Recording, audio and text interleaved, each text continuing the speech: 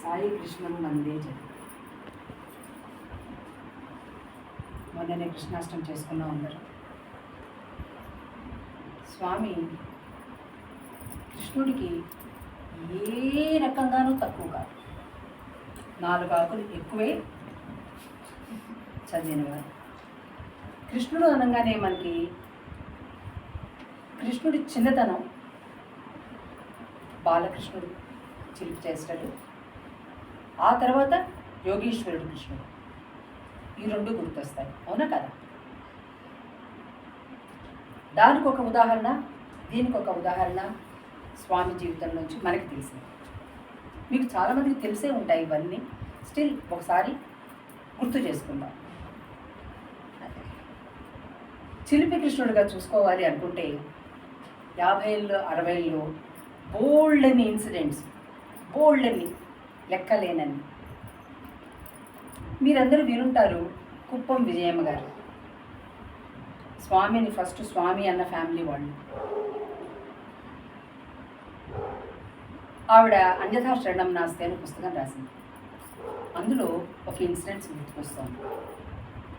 కృష్ణుడు అందరి ఇళ్ళకి వెళ్ళి వెన్న తిని ఇంటికి దొంగతనంగా వచ్చేస్తే గోపికలు వచ్చి కంప్లైంట్ చేసేవారు కదా. ఇది ఉల్టా. స్వామి అందరూ పడుకున్న తర్వాత అరౌండ్ 12 o'clock 1 o'clock మధ్యలో ఒకసారి ఈ ఎంత ఉండేది పాత మందిరం, ఆ పాత మందిరంలో అందరికీ కొంచెం కొంచెం వస్తే ఈ స్థలం నీకు, ఈ స్థలం నీకు, ఈ స్థలం నీకు అని పంచేవాళ్ళ. దానిలోనే వాళ్ళు ఉండాలి, దానిలోనే వాళ్ళు వండుకోవాలి, దానిలోనే తినాలి. దానిలోనే వచ్చి స్వామి వాళ్ళని ఆనందపరుస్తుండేవారు, కూర్చొని కబుర్లు చెప్పి భోజనం చేసి అన్ని రకాలు. అయితే స్వామి చిన్నతనంలో వారి ఖాన్ పాన్ చూసేదానికి ఎవరు ఉండేవారు? సాకమ్మ గారు. సాకమ్మ గారు చాలా స్ట్రిక్ట్గా ఉండేవారు. అందరూ ఇష్టం వచ్చినట్టు పెట్టకండి, స్వామి ఆరోగ్యం పాడైపోతుంది అని చెప్పి ఆవిడే బతిమాలి తినిపించేవారు పాపం. ఒక రోజున స్వామి రాత్రి 1-1:30 మధ్య 12-1:30 మధ్యలో వచ్చి, రాధమ్మ తొందరగా నాకు ఆకలిస్తోంది అన్నారు. రాధమ్మ అంటే ఎవరు? ఈ విజయమ్మ వాళ్ళ అమ్మగారు, కుప్పం విజయమ్మ గారు అంటారు కదా, వాళ్ళ అమ్మగారు.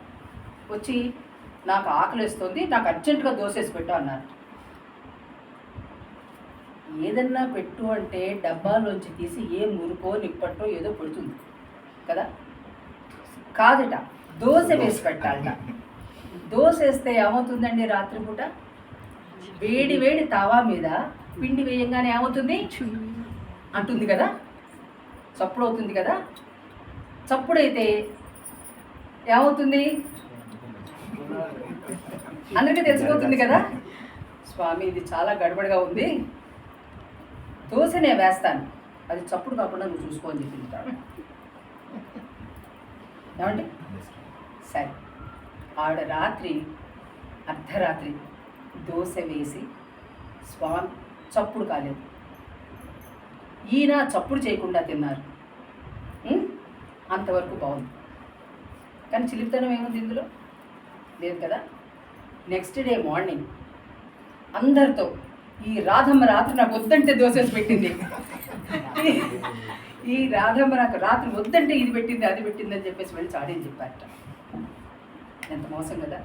స్వామిని మనం చాలా అమాయకుడుగా అనుకుంటాం. కాదు, the other side of Sai is also there, but it is enjoy. That's why Gita ఇది కూడా చెప్పనా ఉంటే గీత ఏమంటారు? యోగీశ్వర కృష్ణకి మాదిరి వద్దా? టైంని బట్టి మీరే చెప్పారు 2 చెప్తామని కమిట్ అయ్యి ఉన్నారా అంటే టైం అయిందేమో. యోగీశ్వర కృష్ణకి ఒక చిన్న ఉదాహరణ. స్వామి ఒకసారి స్టూడెంట్స్ని తీసుకొని కొడైకెనాల్లో సిల్వర్ కాస్కేడ్ వాటర్ ఫాల్స్ అని ఉన్నాయి, అది చూపించాలని చెప్పేసి ఉండని ఇంటి వింటానికి వచ్చారేమో ఆయన సంగతే. చూడటానికి బస్సులో తీసుకెళ్తున్నారు పిల్లలందరినీ సిల్వర్ క్యాస్కేడ్ ఫాల్స్ చూపించడానికి. స్వామి మధ్యలో తన కారులోంచి వచ్చి బస్సులో కూర్చున్నారట. కూర్చుని మనకి తెలిసిన ఇన్సిడెంట్ చెప్పట్లేదు, ఇది ఇంకా కొంచెం తక్కువ మందిగా తెలిసి ఈ ఇన్సిడెంట్. వెళ్తూ స్వామి, మీకు తెలుసా మనం ఎక్కడికి వెళ్తున్నాం, ఆ చోట ఎంత బాగుంటుంది తెలుసా, అక్కడ అలా ఉంటుంది కొండలు, ఇలా ఉంటాయి ఏంటి చెట్లు, ఆ క్యాస్కేడ్ ఇట్లా వస్తుంది, ఎంత బాగుంటుందో అంత బాగుంటుంది అని ఊరించారు వీళ్ళని.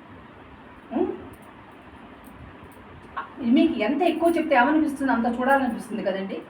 సరే, ఆ క్యాస్కేడ్ దగ్గర అవుతుంటే పిల్లలందరూ అప్పటిదాకా స్వామి చుట్టూ మూగిన వాళ్ళు బస్సులో కూడా అదిగో వచ్చేసింది ఆయనే అని చెప్తే పాపం వీళ్ళందరూ వెళ్ళి తలకాయలు పెట్టి కిటికీలోంచి బయటకు చూస్తున్నారట ఆ క్యాస్కేడ్ చూడటానికి. అందరూ స్వామి కూర్చొని చూశారు.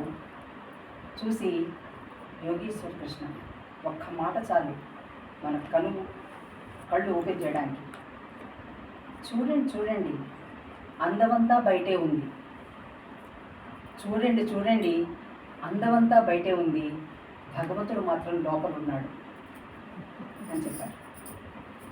అక్కడ ఫిజికల్గా చూసుకుంటే nature is outside which is beautiful and your eyes are there always open to the outside world, but God is inside. అక్కడ బస్సులో లోపల ఉన్నారు స్వామి, ఆయన వదిలేసి ఆయన సృష్టించిన ప్రకృతిని చూస్తున్నారు పిల్లలు. But God is inside. మనం ప్రపంచం అంతా చూస్తూనే ఉండాలి, కానీ మనలో ఉన్న ఆ యోగీశ్వర కృష్ణుడిని మర్చిపోయారు. జై సాయి.